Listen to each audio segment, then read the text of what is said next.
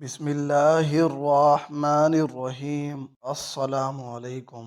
حضور نبی کریم علیہ الصلاۃ والسلام اور رکانہ پہلوان کی کشتی کا واقعہ۔ بنی ہاشم میں ایک مشرک شخص رکانہ نامی بڑا زبردست اور دلیر پہلوان تھا۔ اس کا ریکارڈ تھا کہ اسے کسی نے نہ گرایا تھا۔ وہ ایک جنگل میں جسے عزم کہتے تھے رہا کرتا تھا، بکریاں چراتا تھا اور بڑا مالدار تھا۔ ایک دن حضور صلی اللہ تعالی علیہ وسلم اکیلے اس طرف جا نکلے۔ رکانہ نے آپ علیہ الصلوۃ والسلام کو دیکھا تو آپ صلی اللہ تعالی علیہ وسلم کے پاس آ کر کہنے لگا، اے محمد، تو ہی وہ ہے جو ہمارے لات و عزیٰ کی توہین و تحقیر کرتا ہے اور اپنے ایک خدا کی برائی بیان کرتا ہے۔ اگر میرا تو اس سے تعلق رحمی نہ ہوتا تو آج میں تجھے مار ڈالتا۔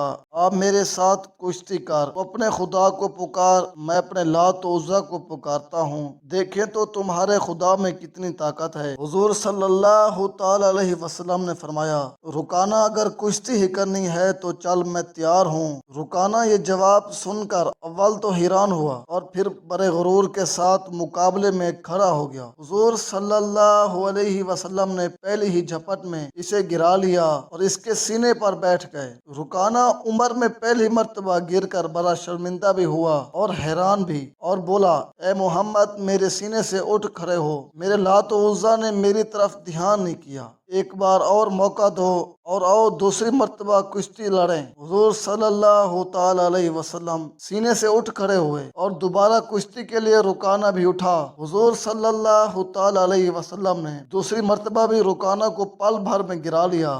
رکانہ نے کہا، اے محمد، معلوم ہوتا ہے آج میرا لات و عزیٰ مجھ پر ناراض ہے اور تمہارا خدا تیری مدد کر رہا ہے، خیر ایک مرتبہ اور آؤ، اب کی دفعہ لات و عزیٰ ضرور میری مدد کریں گے۔ حضور صلی اللہ تعالی علیہ وسلم نے تیسری مرتبہ کی کشتی بھی منظور فرمائی اور تیسری مرتبہ بھی حضور صلی اللہ تعالی علیہ وسلم نے اسے پچھاڑ دیا۔ اب تو رکانہ بڑا ہی شرمندہ ہوا اور بولا، اے محمد، میری ان بکریوں میں جتنی چاہو بکریاں لے لو۔ حضور صلی اللہ تعالی علیہ وسلم نے فرمایا، رکانہ، مجھے تمہارے مال کی ضرورت نہیں، ہاں مسلمان ہو جاؤ تاکہ جہنم سے بچ جاؤ۔ وہ بولا، یا محمد، مسلمان تو ہو جاؤں مگر نفس جھجکتا ہے کہ مدینہ اور نواح کی عورتیں اور بچے کیا کہیں گے، اتنے بڑے پہلوان نے شکست کھائی اور مسلمان ہو گیا۔ حضور نے فرمایا، تو تیرا مال تجھی کو مبارک۔ یہ کہہ کر آپ واپس تشریف لائے۔ ادھر حضرت ابوبکر و عمر رضی اللہ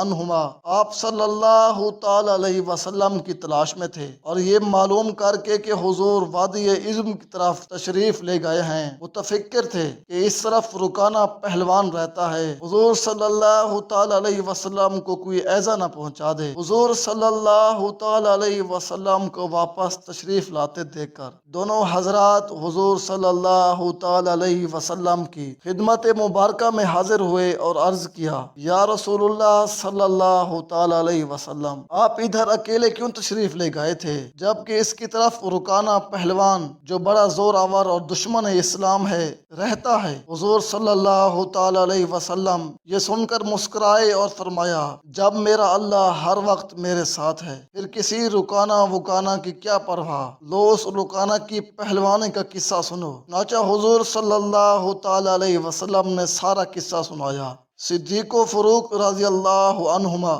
سن کر خوش ہونے لگے اور عرض کیا، حضور صلی اللہ تعالی علیہ وسلم، وہ تو ایسا پہلوان تھا کہ آج تک اسے کسی نے گرایا ہی نہ تھا، اسے گرانا اللہ کے رسول کا ہی کام ہے۔ ہمارے حضور صلی اللہ تعالی علیہ وسلم ہر فضل و کمال کے منبع اور مخزن ہیں اور دنیا کی کوئی طاقت حضور صلی اللہ تعالی علیہ وسلم کے مقابلے میں نہیں ٹھہر سکتی، اور مخالفین کے دل بھی حضور صلی اللہ تعالی علیہ وسلم کے فضل و کمال کو جانتے ہیں لیکن دنیا کی آر سے اس کا اقرار نہیں کرتے۔ اللہ تعالیٰ نے ہر نبی کو 1000 انسانوں سے زیادہ